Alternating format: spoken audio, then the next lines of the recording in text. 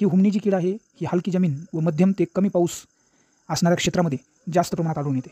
एकदा प्रादुर्भाव झाल्यास नियंत्रणास फार अवघड अशी ही कीड आहे आणि नियंत्रणासाठी किडीची ओळख आणि त्याचबरोबर सर्व शेतकऱ्यांनी मिळून एकात्मिक कीड व्यवस्थापन पद्धतीचा अवलंब केला तर या किडीच्या प्रादुर्भावावर आपल्याला नियंत्रण करता येते. हुमणी ओळखण्यास अत्यंत सोपी आहे.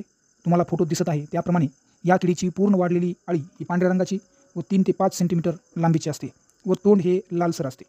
जेव्हा ती जमिनीत विश्रांती अवस्थेत असते तेव्हा इंग्रजी अक्षर सी सारखी दिसते. किडीची मादी साधारणतः 20 ते 25 अंडे घालते. अळीची पूर्ण वाढ ही 6 ते 8 महिन्यांमध्ये होते आणि या किडीची एका वर्षामध्ये एकच पिढी तयार होते.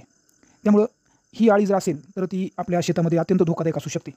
परंतु या अळीसोबतच या किडीच्या प्रौढाची ओळख असणे, प्रौढ भुंगेऱ्याची ओळख असणे अत्यंत आवश्यक आहे.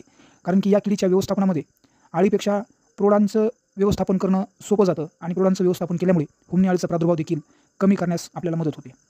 तर जसं आपल्याला या चित्रामध्ये दिसतंय की प्रौढ हे तपकिरी ते राखाडी रंगाचे असतात आणि हे प्रकाशाला आकर्षित होणारे असतात. त्यामुळं रात्री आपल्याला बऱ्याच ठिकाणी हे प्रौढ दिसतात. हे प्रौढ रात्रभर खाद्य वनस्पती जसे की लिंब, बोर व इतर जे काही आपल्या शेतातले खाद्य वनस्पती आहेत त्यावर रात्रभर असतात आणि नर व मादीचे मिलन रात्री याच झाडावर होते आणि नंतर सकाळी या किडीची मादी ही आपल्या ओलसर जमिनीमध्ये येऊन अंडे घालते आणि रात्रभर त्या खाद्य वनस्पतीवर असल्यामुळे आपल्याला खाद्य पिकांचं जरी फवारणी केली किंवा तिथं जाऊन आपण झाड हलवून जर ते प्रौढ भुंगेरे गोळा करून नष्ट केले तरीसुद्धा आपल्याला फायद्याचं ठरू शकतो. याचा नुकसानीचा प्रकार कसा आहे तर सगळ्यांना माहीत आहे की ही जी अळी आहे पिकांची मुळे कुरतडून खाते. त्यामुळं झाडे पिवळी पडून नंतर वाळून जातात आणि झाडे कमकुवत बनतात. म्हणजे आपण जर हातानं त्याला उपटण्याचा प्रयत्न केला तर तात्काळ उपटतात. सोबतच फळपिकांमध्ये असेल तर कोलमडून पडतात.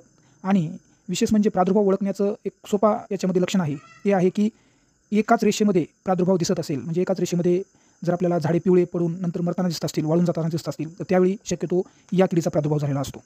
आता याचं नियंत्रण कसं करायचं? जसं मी आपल्याला मगाशी सांगितलं की सामुदायिकरित्या एकात्मिक व्यवस्थापन पद्धतीचा अवलंब यामध्ये करावा लागेल आणि नांगरणी करताना जमिनीबाहेर आलेले प्रौढ भुंगेरे हाताने वेचून नष्ट करावे लागतील. खाद्य पिकांवर रात्रीच्या वेळी फवारणी करणे किंवा सकाळी फवारणी करणे जेणेकरून प्रौढ त्यावर बसणार नाहीत. आणि आपण जर जे प्रौढ आहेत प्रौढ ज्या खाद्य पिकावर बसलेले आहेत त्या झाडावर जरी फवारणी घेतली आपण किंवा झाड हलवून जर प्रौढ गोळा केले तरीसुद्धा त्याला आपण नष्ट करू शकतो. यासोबतच प्रकाश सापळे किंवा पेट्रोमॅक्सचा वापर करून देखील आपण हे जे प्रौढ भुंगेरे आहेत ते जमा करू शकतो. यासाठी तुम्हाला काय करायचं, प्रकाश सापळा किंवा साधा बल्ब लावून त्याखाली टोपल्यामध्ये एक कुठलंही कीटकनाशक टाकून पाणी जर आपण टाकून ठेवलं तरी त्या प्रकाशाला आकर्षित होऊन भुंगेरे जे आहेत ते त्याच्यामध्ये पडतात आणि आपण त्याला नष्ट करू शकतो. हे सापळे साधारणतः संध्याकाळी 7:30 ते 8:30 या कालावधीमध्ये आपण लावले पाहिजेत. यासोबतच जसं मी आपल्याला म्हटलं खाद्य वनस्पती ज्याच्यामध्ये बाबूळ असेल, कडुनिंब असेल यांच्या फांद्या शेतामध्ये